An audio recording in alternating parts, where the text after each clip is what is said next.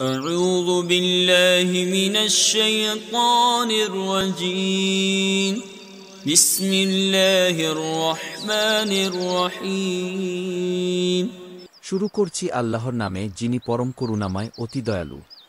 أرأيت الذي يكذب بالدين আপনি কি তাকে দেখেছেন যে বিচার দিবসকে অস্বীকার করে? فذلك الذي يدع اليتيم সেই তো যে এতিমকে ধাক্কা দেয় ولا يحض على طعام المسكين এবং মিসকিন দরিদ্রকে আহার দিতে উৎসাহ দেয় না।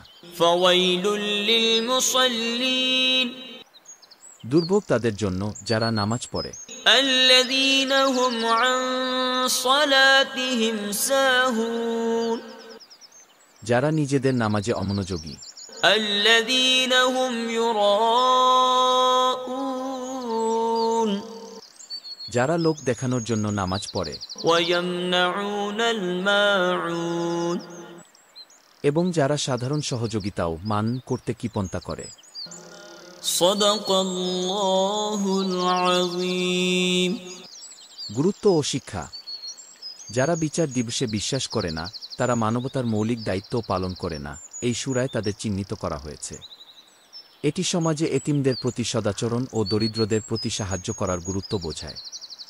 লোক দেখিয়ে নামাজ পড়া এবং সাধারণ সহযোগিতায় বিরত থাকা, এই দুই আচরণকে কঠোরভাবে নিন্দা করা হয়েছে।